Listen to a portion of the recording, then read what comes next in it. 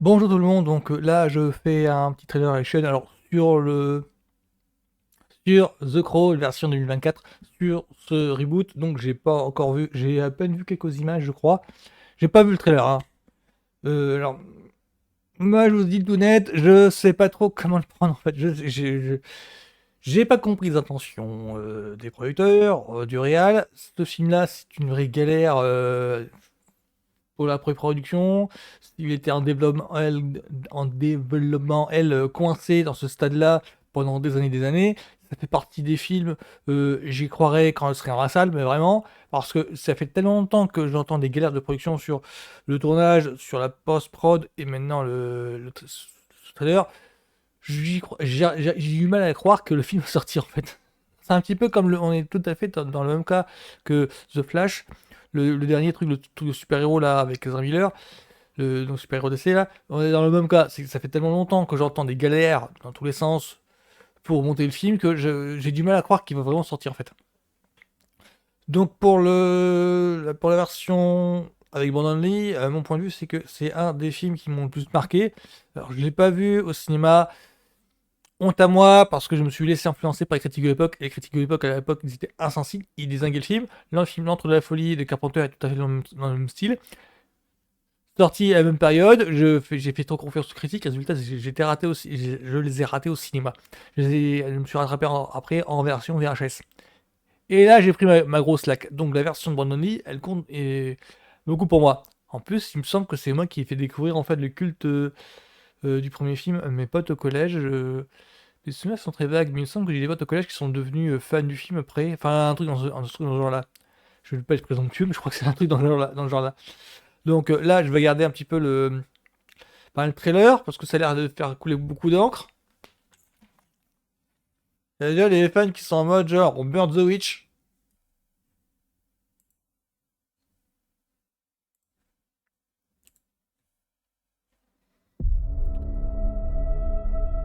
What's the first thing you liked about me? Thought that you were quite brilliantly broken. You feel like my person? You feel like my person. What's the worst thing you've ever done? Bon, Saw Jerry things Raven là, il a beau faire des efforts, I shouldn't have l'acteur seen any est of pas it. aussi charismatique que Brandon Lee, mais qui pourrait l'être?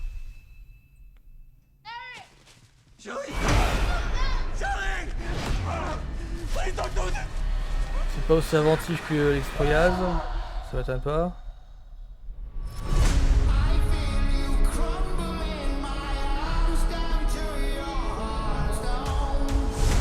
C'est pas mal, mais... When someone dies, A crow carries their soul to the land of the dead.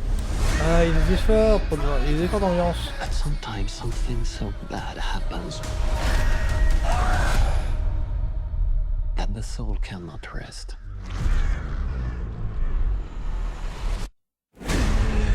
Until you put the wrong things right.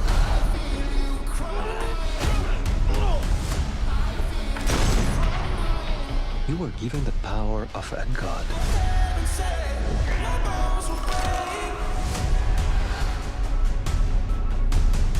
But you're running out of time to save her.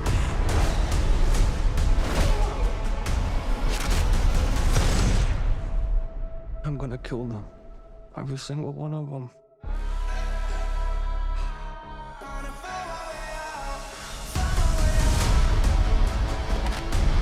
And killed you.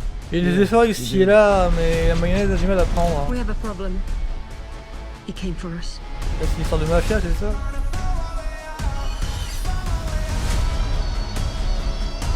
First impulse. Anger.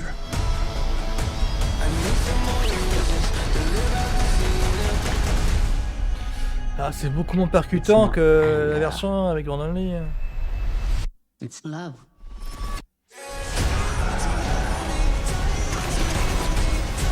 Look at what you've become. Ouais, je comprends ce qu'ils veulent faire, mais la version précédente est nettement plus percutante.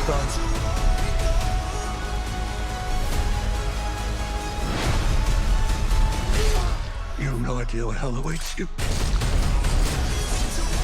No, I do.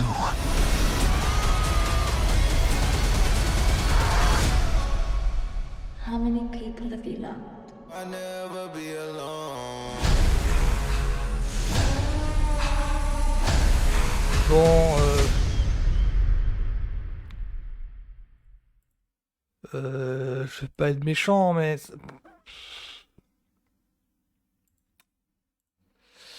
je vais pas être méchant, mais ça a l'air d'être nettement moins percutant que la version avec Brandon Lee, quoi. Enfin, je vois les efforts qu'ils essayent de faire, mais celui avec Brandon Lee était nettement plus expérimental, parce que là, c'était et The Crow, je crois que c'était l'un des. Il me semble que Alex Proyas avait fait un autre film avant. Alex Proyas s'est fait connaître avec The Crow. The Crow, c'était l'un de ses même pas un de ses, si c'était peut-être un de ses premiers films.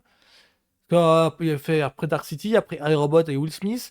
Prédiction, je crois que c'est lui aussi. Enfin là, The Crow, c'était vraiment le film où il expérimentait le plus, et c'était le charme du film The Crow, c'était l'expérimentation, aller dans le sens de l'interprétation de Brandon Lee. Parce que Brandon Lee, avant, c'était des petites séries B, à la Rapid Fire, je crois, et aussi dans les grilles du Dragon Rouge avec le Green. Oui, là, je fais. Là, je me pète un petit peu parce que ce genre de référence un petit peu obscur. Je le DVD là, parce que c'est un guilty pleasure pour les amateurs de films d'action années 80, 90.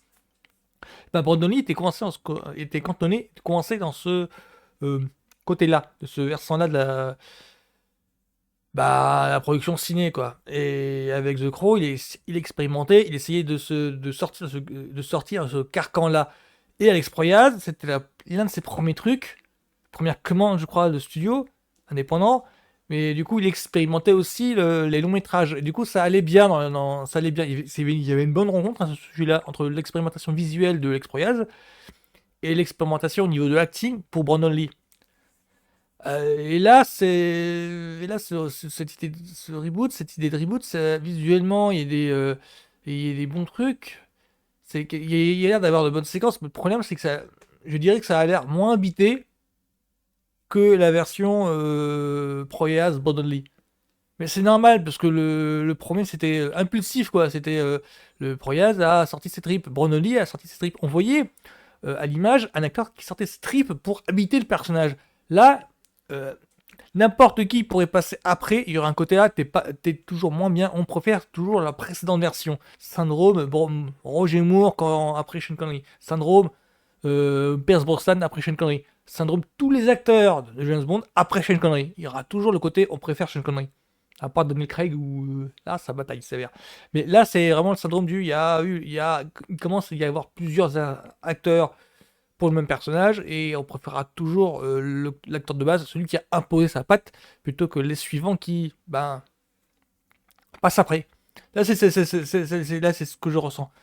Là c'est vraiment je préfère je préfère voir un petit peu ce qu'en pense quelqu'un qui n'a jamais vu la version précédente, pour voir quelle efficacité il peut trouver. Parce que là, là on parle d'un truc, un classique qui a vraiment marqué les esprits, qui a vraiment marqué le cinéma fantastique d'une pierre blanche. C'est qu'il y a un avant et un après pour tous les cinéphiles. Là, je pèse mes mots, parce que là, ça a ouvert tout un pan de la cinématographie pour beaucoup de personnes. Alors que là, ça ne peut que décevoir, là. Là, il s'attaque le réal. Je crois que c'est Rupert Sanders. Je me souviens plus de. Je crois que c'est lui qui a fait le Blanche-Neige et le Chasseur avec. Attends, c'est qui il a écrit Hemsworth déjà. Emma Roberts, je suis pas sûr. Kristen Stewart peut-être. Enfin bref, le Rupert Sanders là, il à sa place, j'aurais pas fait le film. Mais ouais, je pense avec humour pour là, à cette place, j'aurais vraiment pas fait le film, parce que là, il se mesure à trop forte partie. Il va avoir du mal à exister face à une œuvre aussi marquante. Là, on est dans ce cadre-là. Et pourtant, j'aime bien les nouveaux trucs, mais là, il s'attaque à un truc qui est trop vivace, là. Là, c'est que mon point de vue. Si vous n'avez pas vu la première version, je suis même pas sûr que. Est-ce que en DVD, je crois, je l'ai quelque part. Vraiment qu'il soit. Oui, parce que la première version, je l'ai en DVD. Les secondes après, il y a les secondes après, parce qu'il y a pas que les versions avec Brandon Lee. Hein. On se souvient toujours de la version avec Brandon Lee. Il n'y a pas que celle-là qui compose la franchise de Je crois qu'il y en a 4-5.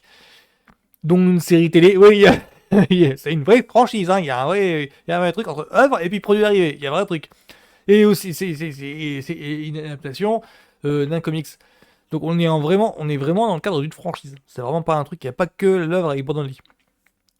Donc moi, ça tente pas de des masses, mais vraiment, je suis pas hype du tout. Au contraire, là, je crains le truc, je crains le résultat. Mais là, je serais curieux de voir l'avis de personnes qui n'ont pas vu la précédente version. Donc avec Brandon Lee en Eric Draven. Là, je répète bien parce que pour moi, Eric Draven, c'est Brandon Lee. Point barre. C'est qu'il peut faire ce qu'il veut, le Bill Skarsgård, mais il me fera jamais oublier. J'aurais du mal à concilier le fait qu'il joue un Eric Draven. En tout cas, vu comment ça passe dans le trailer.